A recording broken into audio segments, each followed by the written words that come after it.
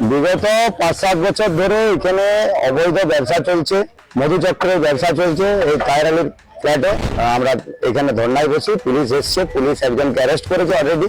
तृणमूल नेताओं के संरक्षण में किराए के मकान में सेक्स रैकेट चलाने का आरोप, स्थानीय लोगों का भारी हंगामा, आरोपी गिरफ्तार। बांकुर से इस वक्त की बड़ी खबर, जहां शहर की लाल बाजार बाईपास इलाके में किराए के मकान में कथित सेक्स रैकेट चलाए जाने के आरोप के बाद इलाके में भारी हंगामा देखने को मिला।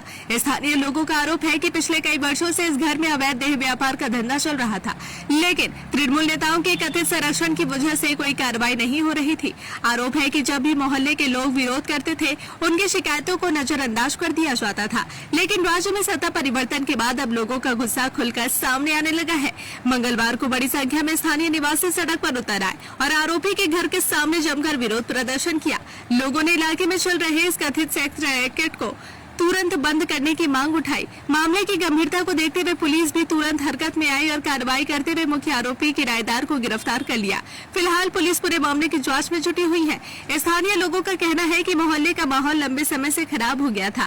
देर रात तक संदिग्ध लोगों का आना जाना लगा रहता था, जिससे इलाके के परिवार और महिलाएं खुद को असुरक्षित महसूस कर रहे थे। वहीं दूसरी तरफ मकान मालिक ने खुद को इस मामले से अलग बताते हुए कहा है, उन्होंने होटल व्यवसाय शुरू करने के लिए परिमल नामक व्यक्ति को यह मकान किराए पर दिया था।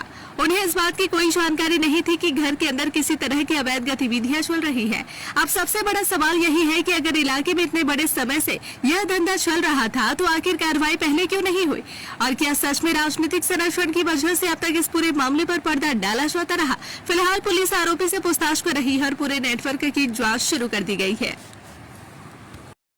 বিষয়টা হচ্ছে যে বিগত বেশ কিছুদিন বলতে বিগত ধরুন 2 বছর ধরে এরকম আমাদের কাছে অনেক তথ্য প্রমাণ এসছে যে এখানে একটা মধুচক্র বা দেহ ব্যবসা চলছে, তার সাথে বিভিন্ন অসামাজিক কার্যকলাপও হচ্ছে এবং ইদানিং এটা এতটাই বেড়ে গেছিল, তার সাথে কিছু পুরনো শাসক দলের নেতাদের যোগসাজগ এসেছে।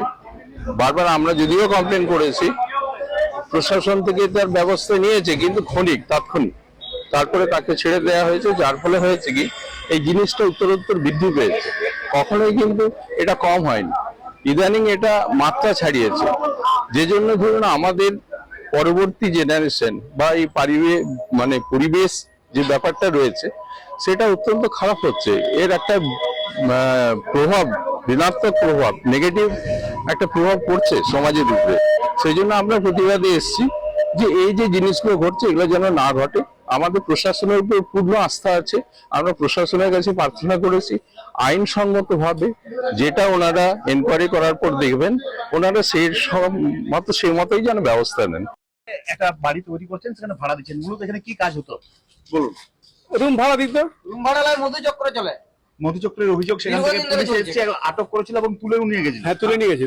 কি চলতো এখানে? তুলে নিয়ে গেছে তো, এই কয়েকদিন আগে তুলে নিয়ে গেছে। পরিমল যাকে ভাড়া দিয়েছিলাম তাকে তুলে নিয়ে গেছে। তার আগেও তো একটা মহিলা এবং পুরুষকেও তুলে নিয়ে গেছিল। নাম তো আমি বলতে পারছিলাম না, ওই 4 মাস ঘরের বাইরে। আপনি ভাড়া দিয়েছেন, আপনার কাছে কোনো খবর নেই কিসের জন্য আপনি ভাড়া দিয়েছেন? ওকে হোটেল চালানোর জন্য, যেমন রুম ভাড়া দেয়। মধুচক্র চালানোর জন্য ওকে ভাড়া দেওয়া হয় না, মধুচক্র চালানোর জন্য তার এগ্রিমেন্টে